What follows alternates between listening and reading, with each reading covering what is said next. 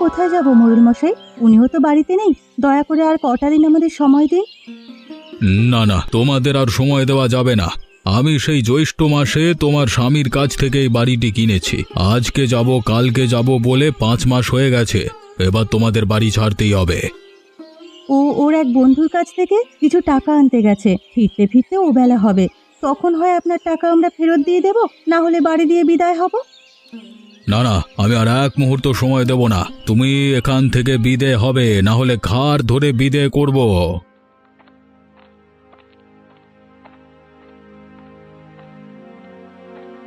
তার আর দরকার হবে না মোড়ল মশাই, আমি চলে এসেছি। এক্ষুনি আপনাকে সবকিছু বুঝিয়ে দিয়ে বিদে হব। ওগো, তুমি এসেছো? উনি যে আমাদের তাড়িয়ে দিচ্ছেন। চলো গিন্নি, আর এক মুহূর্ত নয়। যে লোক একদিন সহ্য করতে পারে না, তার আশ্রয়ে এক মুহূর্ত থাকবো না। তাই যাও, তোমাকে থাকতে বলেছে কে? তাড়াতাড়ি বিদে হয়ে আমাকে মুক্ত করো। যাচ্ছি মোড়ল মশাই, এ কদিন আমাকে আশ্রয় দিয়ে খুব উপকার করেছেন, সেজন্য আমি কৃতজ্ঞ। তুমি দাঁড়িয়ে রইলে কেন গিন্নি? তাড়াতাড়ি গিয়ে ব্যাগপত্র নিয়ে এসো। ওগো, এখন আমরা কোথায় যাব? আমাদের যে যাওয়ার কোনো জায়গা নেই। ওনাকে বলো না আজ রাতটা সময় দিতে। ওর মতো পাষণ্ডের কাছে আমি আর আবদার করব না। তুমি তাড়াতাড়ি গিয়ে কাপড় চোপড় সবকিছু নিয়ে এসো। বাবা, ও বাবা, কোথায় যাব এখন আমরা? জানি না বাবা, যেখানে বিধাতা আমাদের আশ্রয় রেখেছেন সেদিকেই যাব। আর আপনিও শুনে রাখেন, একদিনেই আমাকে আপনি খুঁজবেন। আমি সেই দিনের অপেক্ষায় আছি। আরে যা যা, তোকে খোঁজবার মতো সময় আর ইচ্ছে কোনোটি আমার নেই। আমার চোখের সামনে থেকে দূর হয়ে মর গিয়ে। ওগো, আমি আর হাঁটতে পারছি না। আর কত দূর যাবে? আর একটু কষ্ট করো গিন্নি, সামনে লোকালয় আছে, সেখানে গেলেই আশ্রয় মিলবে। লোকালয়ে কার কাছে যাবে? এখানে যে কেউ আমাদের পরিচিত নয়। তা ঠিক, কিন্তু কারো না কারোর বাড়িতে তো উঠতে হবে। আজকে রাতটা কারোর আশ্রয় থেকে কালকে কিছু করতে হবে। তাহলে বরং আমরা এখানেই থাকি। তপনেরও খুব কষ্ট হয়েছে, আর হাঁটতে পারছে না। এখানে আমরা বিশ্রাম নেই। তুমি গিয়ে দেখে এসো কারোর বাড়িতে আশ্রয় পাওয়া যায় কিনা। বেশ, সামনে একটা বট গাছ দেখা যাচ্ছে, চলো ওখানেই তোমাদের রেখে যাই। বেশ, চলো তবে। একা থাকতে আবার ভয় পাবে না তো? না না, ভয় কিসের? তাছাড়া তপন তো আছেই। তাহলে তোমরা এখানে থাকো গিন্নি, আমি গিয়ে দেখে আসি কারোর বাড়িতে একটুখানি ঠাঁই মেলে কিনা। ঠিক আছে, সাবধানে যেও। বাড়িতে কেউ আছেন? কেউ আছেন বাড়িতে? কে কে এলো এত রাতে? আমি এক ভিনদেশী পথিক, আপনার কাছে একটু আশ্রয়ের আশায় এসেছি। বিন্দেশি প্রতীক? তা বাড়ি কোথায় আপনার? আগে তালসারি গ্রাম, এখান থেকে 20 ক্রোশ দূরে। তা তালসারি, সে তো অনেক দূর। তা এত দূর কিসের জন্য এসেছেন? হ্যাঁ, ও গায়ে সবকিছু বিক্রি করে চলে এসেছি, সাথে আমার পরিবারও আছে। আজকে যদি একটু আশ্রয় পাই, কালকে একটা উপায় করব। না না মশাই, আমি আপনাকে আশ্রয় দিতে পারবো না। অজ্ঞাত কুলশীলকে এই গায়ে আশ্রয় দেওয়া বারণ। গত কয়েকদিন ধরে এখানে ছেলে ধরার উপদ্রব খুব বেড়েছে। না না মশাই, আমি ছেলে ধরা নই, খুবই ভদ্র ঘরের মানুষ আমি। সে তো আপনার কপালে লেখা নেই। আর সবাই এই কথাই বলে বাড়িতে ঢুকে, পরে দেখা যায় বাড়ির ছেলে নিয়ে মাঝরাতে উদা হয়ে গেছে যত সব। ও, তাহলে আপনি আশ্রয় দেবেন না? না, আপাতত সেরকম কোনো ব্যবস্থা হচ্ছে না। আর এক কাজ করুন, আজকে রাতটা কোনোভাবে গাছতলায় কাটিয়ে দিন। কালকে সকালে রায়চৌধুরীর কাছে গিয়ে আপনার কথা বলবো। তিনি চাইলেই আপনাকে সাহায্য করতে পারবেন। তার আর দরকার হবে না, কালকে আমি নিজে গিয়েই তার সাথে দেখা করব।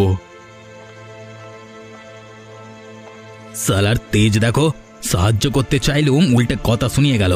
এই জন্যই লোকে বলে চেঁচে গিয়ে কারোর সাহায্য করতে নাই, চুলোই যাক সব যত সব। মা, ও মা, এতক্ষণ হয়ে গেল, বাবা এখনো এলো না। বাবা কখন আসবে মা? আসবে বাবা, আসবে। একটু ধৈর্য ধরে বসো। আমার খুব খিদে পেয়েছে মা, কিছু খেতে দেবে না? তোর বাবা আসুক, বলবো দোকান থেকে কিছু কিনে দিতে। আচ্ছা মা, এই বট গাছের ভেতরে কি থাকা যায়? ধুর পাগল, গাছের ভিতর কি মানুষ বাস করে? হ্যাঁ মা, দেখো গাছটার ভেতরে কত বড় একটা কুটুরি। আরে তাই তো, এমন কুঠুরি তো কোনো গাছে দেখিনি। চলো মা, ভেতরে গিয়ে দেখে আসি। না বাবা না, এখন গিয়ে দরকার নেই, তোর বাবা আগে আসুক তারপর দেখব। গিন্নি, আরে ও গিন্নি, আছো তোমরা? আছি গো, তা তুমি কোথাও থাকার ব্যবস্থা করতে পেরেছো? না গো গিন্নি, কয়েকজন গৃহস্থকে বলেছি, কেউ আশ্রয় দিতে রাজি হলো না। এ গায়ের মানুষ দেখছি পরোপকারী নয়, বিপদে পড়েছে শুনলে কেউ তো আশ্রয় দেয়। আরে রাখো গিয়ে ওদের কথা, আজকে রাতটা কোনোভাবে এখানেই কাটিয়ে দেব। তোমাদের জন্য চিনা মুড়ি এনেছি, পেট ভরে খেয়ে নাও। বলছিলাম কি, তপন একটা জায়গা দেখেছে গাছের ভিতরে, একটু গিয়ে দেখে এসে তো থাকা যায় কিনা? গাছের ভেতরে? কোথায় দেখি তো। ওই যে বাবা, ওই দেখো। আরে এটা তো অনেক নিরাপদ একটা জায়গা, বাইরে থেকে বোঝাই যায় না ভেতরে এমন ফাঁকা জায়গা আছে। হ্যাঁ, জায়গাটা খুব নিরাপদ, একেবারে থাকার উপযুক্ত। তাহলে তো আর চিন্তা নেই গিন্নি, চলো আজকে রাতটা এখানেই থেকে যাই। এই কুটুরিতে আমাদের কোনো ভয় নেই। বেশ, তুমি যখন বলছো তাই হবে। নে তপন, ব্যাগপত্র সব কুঠুরির ভিতরে নিয়ে রাখ। কি মজা, কি মজা, আমরা থাকবো গাছের ভেতরে।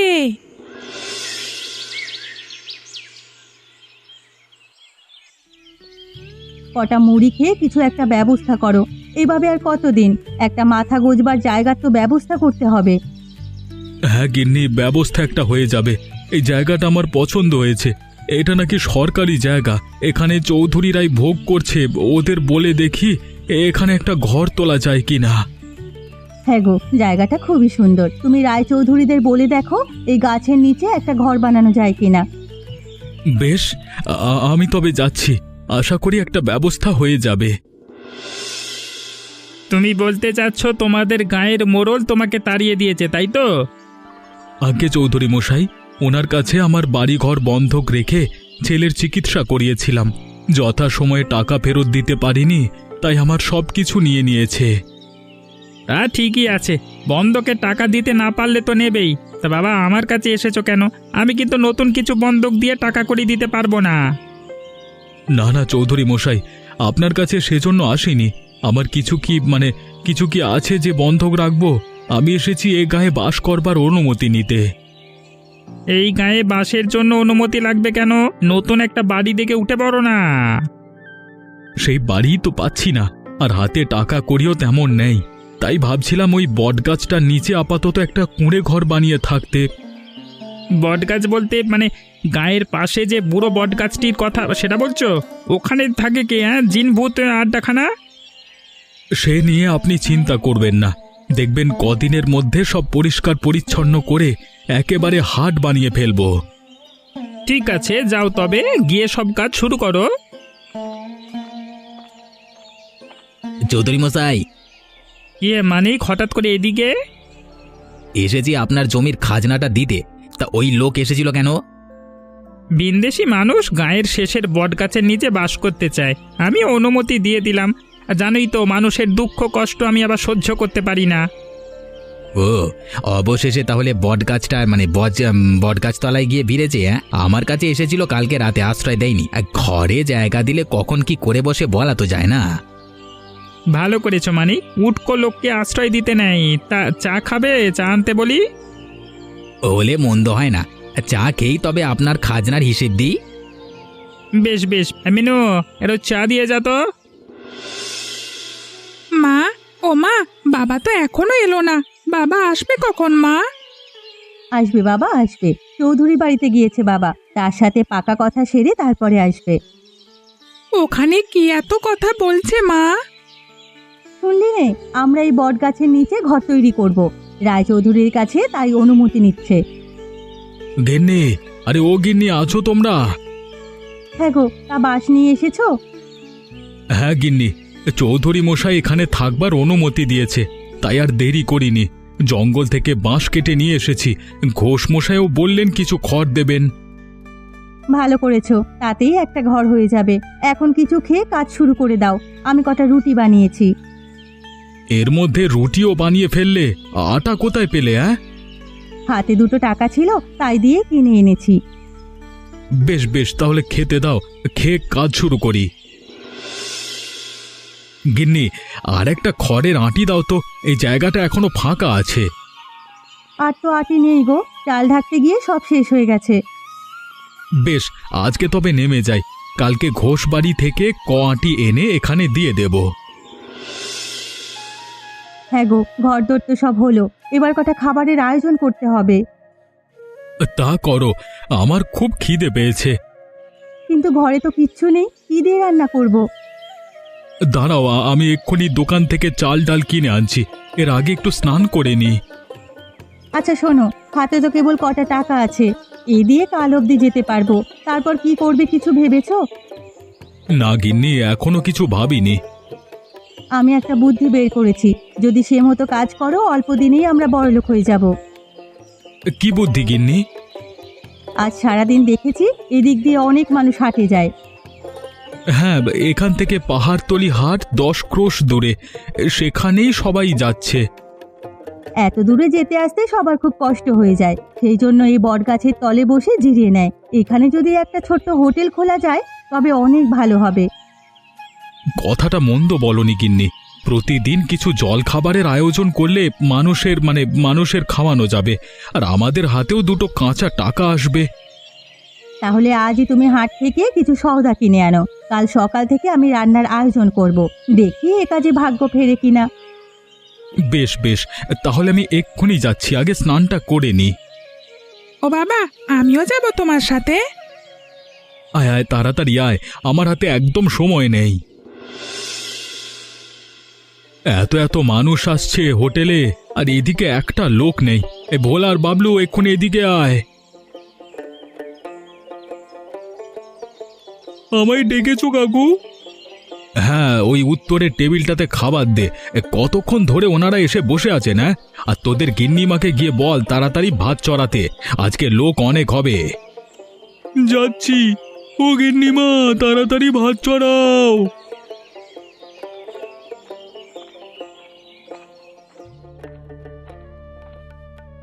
আরে ঘোষ মশাই যে, তা হঠাৎ কি মনে করে? তোমার কাছে এসেছি বিমল, একটা বিশেষ প্রয়োজনে। কি প্রয়োজন বলুন না ঘোষ মশাই, সেবারে আপনি যে উপকারটাই না করলেন আমার, আপনার বাড়ি থেকে বাঁশ আর খড় এনে তবেই আমাদের ঘরটি তৈরি করতে পেরেছিলাম, সেই উপকারের কথা বলবার নয়। তা কি জন্য এসেছেন এখানে বলুন? এই আমি তো এতদিন হাটে মিষ্টি বানিয়ে বিক্রি করতাম বাবা, কিন্তু এখন বয়স হয়েছে, হাটে যেতে পারি না, তাই ভাবছিলাম এই কাছে পিঠে কোথাও একটা দোকান দিয়ে বসতে। তোমার এখানে তো রোজ রোজ অনেক মানুষ যাতায়াত করে, তাই যদি হোটেলের পাশে একটা দোকান করবার অনুমতি দিতে। সেজন্য আমাকে বলবার কি আছে, এই জায়গা তো আপনাদের গ্রামেরই। আমি নেহাত চৌধুরী মশাইকে বলে এখানে স্থায়ী হয়েছি। আপনি কালকে থেকেই দোকান নিয়ে বসুন না, আমার কোনো অসুবিধা নেই এতে। তুমি আমাকে বাঁচালে বাবা, না হলে আজকে অনেক বড় বিপদে পড়ে যেতাম। মানুষের বিপদেই তো মানুষ কাছে আসবে, না হলে কি মানুষ হয়ে কোনো লাভ আছে? ঠিক বলেছ বাপ, খুব ঠিক কথা বলেছ। এখন তবে আমি যাই, কালকে কথা হবে।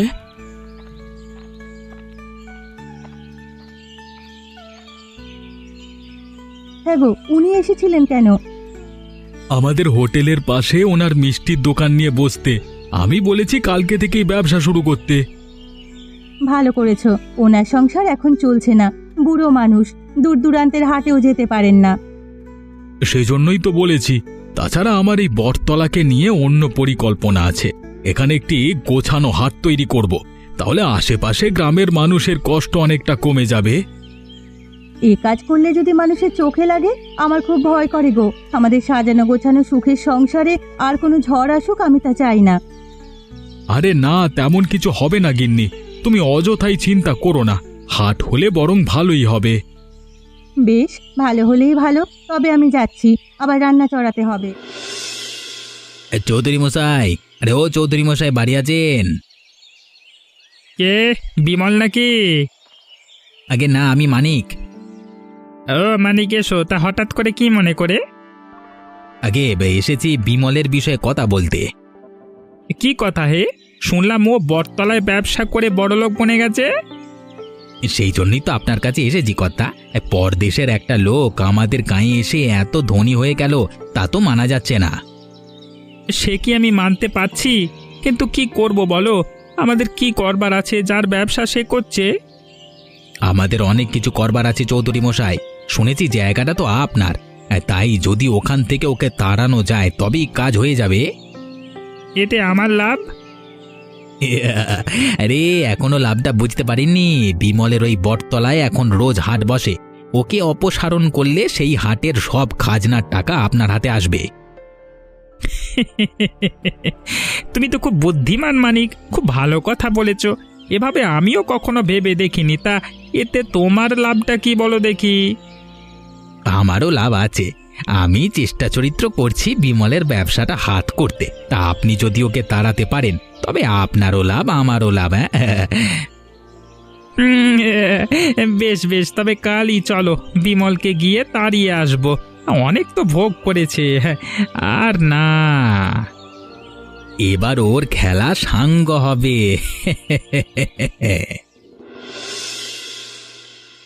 গিন্নি, আরে ও গিন্নি, ঘরে আছো? কি গো, এই সকালবেলায় কোথায় যাচ্ছ? বাজারে যাচ্ছি গিন্নি। আজকে সকাল সকাল গিয়ে বাজারটা নিয়ে আসি, দুপুরে অনেক লোকের ভিড় হবে। বেশ, তবে যাও, আমিও ভাত চড়িয়ে দিয়েছি। সকাল সকাল সব রান্না শেষ করে ফেলবো। আচ্ছা গিন্নি, তুমি ভাত আর ডাল রান্না করে রেখো, আর গুণীময়রা আসলে পূর্বের ঘরটা দেখিয়ে দিও। আপাতত ও এখানে বসুক। ঠিক আছে, আমি ঘরটি খুলে দেবো খন। বেশ, তবে আমি গেলাম। যাক, ও বাজারে চলে গেছে, আমি হাতের কাজগুলো সেরে ফেলি। কেউ আছেন? কেউ আছেন বাড়িতে? সে কি, আপনি কে? এখানে কি চান? আমাকে চিনবেন না, আমি ভিন গাঁয়ের। এনারে বিপদে পড়েছি। বিপদ? কি হয়েছে আপনার? হ্যাঁ, জমিদারের পেয়াদার আমাকে তাড়া করেছে। আমাকে দয়া করে একটু আশ্রয় দিন, না হলে ওরা প্রাণে মেরে ফেলবে। আপনি কি করেছেন ওদের সাথে যে ওরা আপনাকে প্রাণে মারবে? সে অনেক কথা, আগে তাড়াতাড়ি আমাকে আশ্রয় দিন, ওরা এলো বলে। আচ্ছা আসুন, আমি আপনাকে একটা নিরাপদ জায়গার খোঁজ দিচ্ছি। ওই যে দেখুন, বটগাছটির ওখানে একটা ফোকর রয়েছে, ওখানে গিয়ে লুকিয়ে থাকুন। টু শব্দটি করবেন না, তাহলে কারো সাধ্যি নেই আপনাকে খুঁজে বের করবে। আপনি আপনি আমাকে বড় বাঁচালেন। আচ্ছা, আমি এখন যাই। কেউ আসলে বলবেন আমি নেই। হ্যাঁ,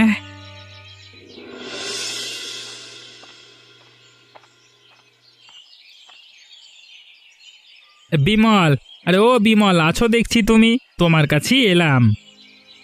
হঠাৎ আমার কাছে কি মনে করে চৌধুরী মশাই? চৌধুরী মশাই একটা গুরুত্বপূর্ণ কথা বলতে এসেছে। তোমার এই বাড়িটা ছেড়ে দিতে হবে। বাড়ি ছেড়ে দেব? সে কি কথা? আপনি না এই বাড়িতে আমাকে থাকতে দিয়েছেন।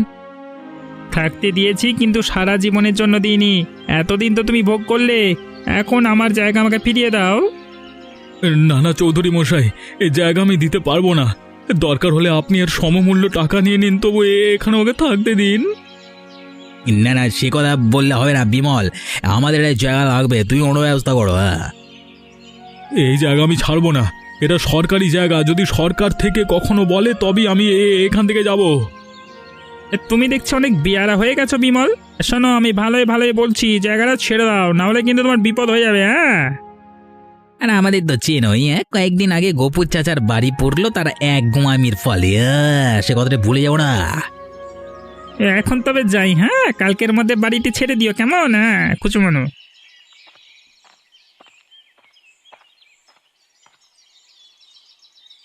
হ্যাঁ গো, রায়চৌধুরী কেন এসেছিল? আমার সর্বনাশ হয়েছে গিন্নি, ওরা বাড়ি ছাড়তে বলল। সে কি গো, এখন কি হবে তবে? ওই রায়চৌধুরীরা লোক ভালো নয়, যদি উল্টোপাল্টা কিছু করে বসে। সেই চিন্তাই করছি গিন্নি, দেখি কি করা যায়। হয়তো কালকের মধ্যেই আমাদের গাঁ ছাড়তে হবে। সন্ধে হয়ে গেল, এখনো কোনো পাইক পেওয়াদা তো কিচ্ছু এলো না। তাহলে মনে হয় ওরা আর আজ আসবে না। যাই, লোকটাকে ডেকে দেই, একটু পরেই অন্ধকার নেমে আসবে। রাতের অন্ধকারে তিনি গা থেকে পালিয়ে যেতে পারবেন। এই যে, আপনি শুনছেন? তাড়াতাড়ি বেরিয়ে আসুন। কি হয়েছে? জমিদারের পাই খেয়েছে নাকি? না না, ওরা আসেনি। এদিকে সন্ধেও হয়ে এসেছে, আপনি এখন চলে যেতে পারবেন, আপনাকে কেউ দেখবে না। হ্যাঁ হ্যাঁ, আমাকে এক্ষুনি জঙ্গলে যেতে হবে, এখানে থাকা মানে বিপদ। সে কি, জঙ্গলে কেন? ও, আমার পরিচয়টা আপনাকে দেওয়া হয়নি। আমি রামলাল ডাকাত, লোকে আমাকে বলে উপকারী ডাকাত। এই গায়ে এসেছিলাম এক কৃষকের উপকার করতে, কিন্তু কৃষক সেজে খোদ জমিদার যে আমাকে ধরতে চাইবে তা বুঝতে পারিনি। হ্যাঁ হ্যাঁ, আমি আপনার কথা শুনেছি। আপনি গরিবের উপকার করেন আর ধনী মহাজনদের শাস্তি দেন। সবাই আপনাকে কথায় কথায় ধন্য করে। নিজের সাধ্য মতো সবার উপকার করতে চেষ্টা করি। আজকে আপনি জমিদারের পেয়াদার হাত থেকে আমার জীবন বাঁচিয়েছেন, বলুন আপনার কি উপকার করব? আমাদের বাড়িঘর ছাড়ার জন্য রায়চৌধুরী হুকুম দিয়েছেন। সে আমাদের ব্যবসা নিজে করে নিতে চায়। দয়া করে ওর হাত থেকে আমাদের রক্ষা করুন, তাহলে আপনার প্রতি আমি আজীবন কৃতজ্ঞ থাকব। বেশ তো, আজই রায়চৌধুরীকে আমি উত্তরের জঙ্গলে নিয়ে যাব। ও আর কোনোদিন আপনাদের বিরক্ত করবে না। তা করলে আমাদের খুব ভালো হয়। আমরা চাই উনি আমাদের সুখের সংসারে কাল না ডেকে আনুক। বেশ, তাই হবে। আর একটা কথা, যদি কোনো সাহায্য লাগে তবে উত্তরের জঙ্গলে যাবেন। সেখানে গিয়ে 7 বার এই শঙ্খে ফু দিলেই আমি আসব। বেশ বেশ, এরপর থেকে কোনো প্রয়োজনে আপনার কাছেই যাব। আমি এখন তবে আসি। রায়চৌধুরীকে নিয়ে কোনো ভয় পাবেন না।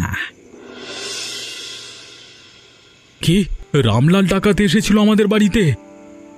হ্যাঁ গো, সারাদিন ওই গাছের ফোকরে ছিল। যাওয়ার আগে বলে গেছে ওই রায়চৌধুরীকে শায়েস্তা করবে। আমাদের আর কোনো চিন্তা নেই গো। আমার ও কথা বিশ্বাস হচ্ছে না গিন্নি। ওই রায়চৌধুরী বড় শেয়ানা লোক, ওকে কিচ্ছু করতে পারবে না। বিমল, বিমল ঘরে আছো? কে, মানিক দাদা নাকি? হ্যাঁ ভাই, আমাকে তুমি বাঁচাও। কেন, কি হয়েছে আপনাদের? হ্যাঁ, রায়চৌধুরীকে একদল লোক ধরে নিয়ে গেছে, আমাকেও সাজিয়ে গেছে। বললো বললো আমরা তোমাদের বাড়ির দিকে চোখ তুলে প্রাণে মেরে ফেলো বললো। আমার বিশ্বাস, ওরা রামলাল ডাকাতের লোক। সে কি, এর মধ্যে চৌধুরী মশাইকে অপহরণ করেছে? হ্যাঁ ভাই, সেই জন্যই তোমার কাছে এলাম। আমরা তোমাদের কোনো কিছু তার লোভ করবো না। তোমরা তোমাদের মতো সুখে শান্তিতে সংসার করো। কেবল একটি আবদার, চৌধুরী মশাইকে ফিরিয়ে আনো। তোমরা ছাড়া ওই ডাকাত কারো কথা শুনবে না। সে কি, আমি কোত্থেকে আনবো? ডাকাত কোথায় তাকে নিয়ে গেছে কিছুই তো জানি না। আমি সব বলে দিচ্ছি। মানিকবাবু, আপনি বাড়ি যান। রায়চৌধুরী মশাই ঠিক সময়ে ফিরে আসবেন। আমরা তাকে নিয়ে আসব। আর আপনার কথার বরখেলাপ হলেই তো বুঝেছেন, এর চেয়ে বড় বিপদে পড়তে হবে আপনাকে। না না, আমি আর কোনো ভুল করব না। কখনো কারোর সুখে সংসার ভাঙতে যাব না। আজকে বুঝলাম বাপেরও বাপ আছে। যাক বাবা, এতদিনে তবে বুঝতে পেরেছেন।